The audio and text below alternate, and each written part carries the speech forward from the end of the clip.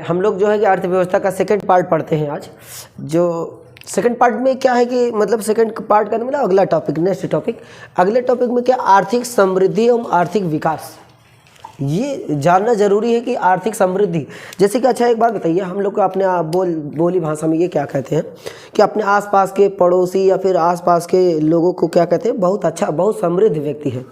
आखिर में अगर वो समृद्ध व्यक्ति है, कैसे है, किस आधार पे हम लोग कह रहे हैं कि वो समृद्ध व्यक्ति है, सोचने वाली बात है। तो ऐसे देख लिए अच्छा खासा कपड़ा पहना है, इसका मतलब वो समृद्ध व्यक्ति है? नहीं। हमेशा हंसता रहता है, इसका मतलब वो हमेशा वो क्या है कि समृद्ध व्यक्ति है? या समृद्ध व्यक्ति की, अगर कोई व्यक्ति या कोई देश या फिर कोई मुल्क अगर वो समृद्ध होगा तो उसके पीछे कुछ बात छिपी होगी। तो उसके पीछे बात जो छिपी होगी वो बात क्या हो सकती है? वो बात क्या हो सकती है? वो आर्थिक के मामले में क्या हो सकता है? बेहतर हो सकता है। इतनी बात समझ में आ गई होगी कि किस मामले में, वो आर्थिक मामले में क्या हो सकता है कि बेहतर होगा। और समृद्धि, जब आर्थिक विकास होगा तभी क्या होगी? आर्थिक समृद्धि होगी। जब आर्थिक विकास होगा तभी आर्थिक समृद्धि। चलिए ठीक है, देखते हैं कि किन किन चीज़ का मतलब क्या क्या चीज़ आर्थिक समृद्धि होगी, क्या किस किस क्षेत्र में आर्थिक समृद्धि के बारे में हम लोग बात करते हैं। सबसे पहली बात हम आपसे बता, जितनी भी आर्थिक समृद्धि होगी ना, वो मात्रात्मक तरीके से परिवर्तन होगा, मतलब उसमें वृद्धि होगी तभी हम लोग इसका विकास कर सकते हैं। जब वृद्धि नहीं होगी, मतलब उसमें बढ़ोतरी नहीं होगी, तो उसमें हम किसी भी प्रकार का उसमें क्या कर सकते हैं? विकास नहीं कर सकते। तो देखिए कि इसमें आज के टॉपिक में बहुत इंपॉर्टेंट चीज़ है आने वाले एग्ज़ाम में। जैसे कि हाल फिलहाल में जिन लोगों का एग्ज़ाम लगा, जैसे एसएससी जीडी का हाल फिलहाल में एग्ज़ाम चल रहा है, इसमें कुछ करंट टॉपिक भी है। इकोनॉमिक्स का टॉपिक क्या होता है कि बहुत इंपॉर्टेंट है कि इसमें जो करंट टॉपिक है इसको भी हम लोग अभी इंपॉर्टेंट बात समझते हुए चलेंगे, बताएंगे कहाँ इंपॉर्टेंट है। तो किस आधार क्या हो सकता है, कैसे हम लोग इसमें कहेंगे कि आर्थिक समृद्धि कोई देश आर्थिक समृद्धि प्राप्त कर चुका है या कब हो रहा है या फिर कर रहा है, इस पे हम लोग चर्चा करते हैं। सबसे पहला आपका पॉइंट जानते हैं, इसकी परिभाषा के रूप में जब हम लोग करना चाहेंगे तो आर्थिक समृद्धि के बारे में ये बात हम लोग करेंगे। जब कोई देश सामाजिक, आर्थिक, राजनीतिक और धार्मिक तरीके से जब उसमें कौन सा गुणात्मक तरीके से उसमें वृद्धि होता है, तब वही क्या होता है कि आर्थिक समृद्धि देश कहलाता है। एक बार फिर से हम डिफिनेशन की तरफ देखते हैं। जब कोई देश सामाजिक, आर्थिक, राजनीतिक और जो है कि राजनीतिक, धार्मिक रूप से गुणात्मक तरीके से उसमें विकास होता है, तब हम लोग उसको क्या कहते हैं? आर्थिक समृद्धि कहते हैं। देखिए कि कोई देश तभी विकास करेगा जब इन क्षेत्र में उसका समाज है कि बेहतर होना चाहिए, विकास करना चाहिए, उसके पास जो है कि काम करने के लिए क्षमता होनी चाहिए या उसको रोजगार मिलना चाहिए। धार्मिक भाई समाज है तो धर्म तो होगा ही, तो धार्मिक भी उसी तरीके से, जब समाज विकास करेगा धर्म भी विकास करेगा। लेकिन जब विकास होगा, विकास आर्थिक लेवल में होगा, पैसे के रूप में होगा। धार्मिक तो आर्थिक उसे कहते हैं। और साथ साथ क्या है? राजनीतिक में लोगों का इंटरेस्ट भी होना चाहिए। लोग राजनीतिक तरीके से इंटरेस्ट रखेंगे, तब जब ये चौतरफा हम लोग का विकास होगा, तभी हम लोग कहेंगे गुणात्मक तरीके से होना चाहिए। इसका मतलब 2 गुना, 3 गुना, 4 गुना, 5 गुना तरीके से मतलब विकास होना चाहिए, तब हम लोग समझ जाएंगे वो क्या है? आर्थिक विकास हो रहा है। चलिए, एक हमारे अर्थशास्त्री, भारत के ही अर्थशास्त्री आप जानते हैं, प्रोफेसर अमर्त्य सेन के द्वारा ये एक परिभाषित किया गया है। उन्होंने ये परिभाषा दिया है कि जब कोई देश आर्थिक विकास को, क्या देखिए हम परिभाषा यहाँ लिखते हैं, जब अमर्त्य सेन के द्वारा क्या लिखा गया है, जब कोई देश आर्थिक विकास को आधिकारिकता और क्षमता के आधार पे, इनको क्या है कि इनको डिवाइड किए, किन के आधार पे, मतलब है प्रोफेसर अमर्त्य सेन के द्वारा ये कहा गया है, जब कोई आर्थिक विकास को आधिकारिकता और क्षमता के आधार पे परिभाषित किया गया। किसके द्वारा? इनके कहने का तात्पर्य है कि जब कोई देश आर्थिक विकास और आधिकारिकता और क्षमता के आधार पे विकास करता है, तभी उस देश की विकास होता है। इनके कहने का तात्पर्य ये है, इन्होंने ये परिभाषा दिया। इस परिभाषा देने के बाद हम आपसे ये बताते हैं, इसी परिभाषा देने के आधार पे जानते हैं, इन्हीं को 1998 में, देखिए ये पॉइंट हमारे यहाँ पे लिखे हैं, और ये पॉइंट देखिए ये लिखा है 1998 में। ये इंपॉर्टेंट है, ये बहुत बार एग्जाम में पूछा गया कि 1998 क्या है कि 1998 में ये बात कहा गया है कि इनको इसी जो ये परिभाषा दी है आर्थिक विकास और जो है कि आधिकारिकता और क्षमता के आधार पर जो विकास किया गया है, इनको अमर्त्य सेन को 1998 में नोबेल पुरस्कार दिया गया। आप जानते हैं नोबेल पुरस्कार हर क्षेत्र मतलब है कि हर साल दिया जाता है और कुल 6 क्षेत्रों में वर्तमान में दिया जाता है। तो जब प्रारंभ किया गया था, थोड़ी सी हम बात कर समझते हैं नोबेल पुरस्कार के बारे में। जब ये प्रारंभ किया गया था तो ये 6 क्षेत्र नहीं थे, तो उस समय 6 मतलब है कि 5 क्षेत्रों में मतलब दिया जाता था। क्षेत्र बता दे, विज्ञान, चिकित्सा, कला, साहित्य, तमाम प्रकार के जो कि दिया जाता था। उसके बाद हम आपसे यहाँ पे बताते हैं एक जो है कि इनको जो है कि तब जो है कि अर्थशास्त्र के क्षेत्र में लास्ट वाला 6वां जो क्षेत्र जोड़ा गया है अर्थव्यवस्था के क्षेत्र में। सबसे पहले 1998 में अमर्त्य सेन को ये नोबेल पुरस्कार दिया गया अर्थशास्त्र के क्षेत्र में। ये वेरी इंपॉर्टेंट पॉइंट है, इंपॉर्टेंट ये बात जरूर एग्जाम में रखें।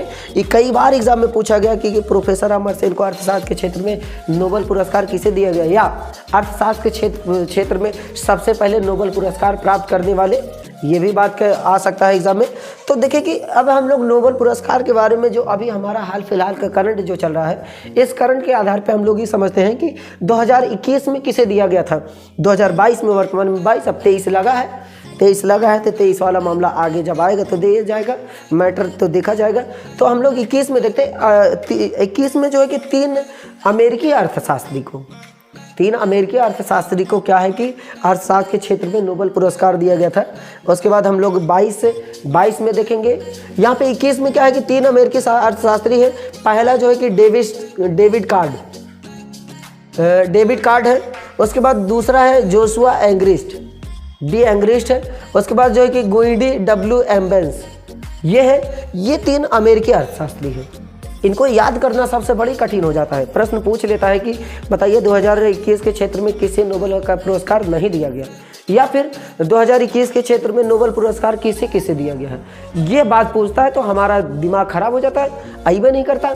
तो इसके लिए हम लोग एक आसान सा ट्रिक लेकर के आए हैं, ट्रिक के माध्यम से फॉलो करते हुए, क्योंकि अभी हाल फिलहाल का करंट सबको पता है कि 2022 में नोबेल पुरस्कार दिया गया है, तो ये तो सब याद कर लेंगे। अगर रही बात, अगर थोड़ी सी एग्जामिनर का दिमाग सनक गया तो पिछला वाला पूछ लेगा कहाँ जाइए, या कहेगा कि निम्नलिखित में से किसे नोबेल का पुरस्कार नहीं दिया गया है, दे देगा, सही कूट की पहचान करे, आमने सामने लिख देगा, या फिर कहेगा असत्य की पहचान करे। तो एग्जामिनर है भाई, किसी भी तरीके से पास मतलब है कि एग्जाम में पूछ सकता है प्रश्न को। तो हर क्षेत्र से मुझे सचेत होना है। जब तक हम लोग सचेत नहीं होंगे, कंपटीशन में तो बहुत लोग हैं, लेकिन जो है कि जो स्मार्ट पढ़ाई करता है वही सिलेक्ट होता है, इतनी बात गौर करें।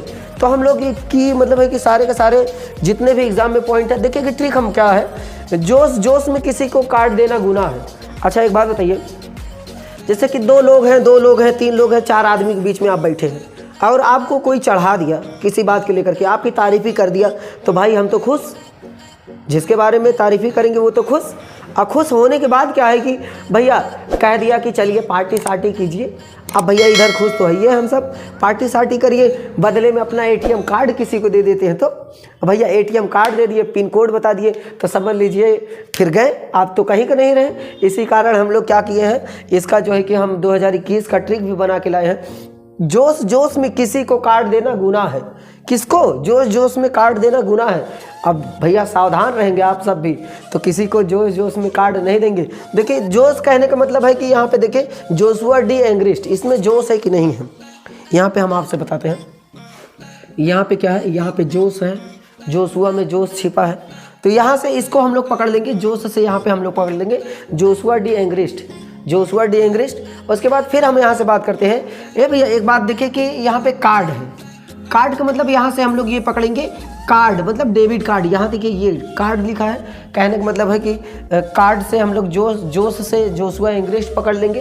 कार्ड का मतलब यहाँ पे देखिए डेबिट कार्ड, चाहे जो मान लीजिए क्रेडिट कार्ड डेबिट कार्ड हो गया, कहने का मतलब डेबिट कार्ड वास्तव में डेबिट कार्ड होता है, क्रेडिट कार्ड भी होता है, जिसको हम लोग प्लास्टिक मनी कहते हैं, है कि नहीं, ATM वगैरह में जाते पैसा निकालते हैं। तो कार्ड का मतलब है कि डेबिट कार्ड। इसके बाद हम लोग देखेंगे गुनाह है, क्या है, गुनाह है। ये भैया गोइंडी में गुनाह छिप सकता है, रह सकता है कि नहीं, तो गुनाह से हम लोग क्या पकड़ लेंगे, गोइंडी डी एम्बेंस के मतलब यहाँ से एक बार खूब तेजी से, जोश में किसी को क्या देना, काट देना गुनाह है। जोश का मतलब जोशुआ एंग्रिस्ट, और यहाँ पे देखिए कार्ड का मतलब है कि कार्ड का मतलब यहाँ पे डेबिट कार्ड, और तीसरा हम लोग क्या है, गुनाह है, गोइंडी डब्ल्यू एम्बेंस। ये 2021 का नोबेल पुरस्कार। चलिए हम लोग ये ये तो इम्पोर्टेंट है ही, साथ में ये पुराना करंट हो गया 2021 का, अब वर्तमान में 2022 का करंट, ये वेरी वेरी मोस्ट इम्पोर्टेंट है।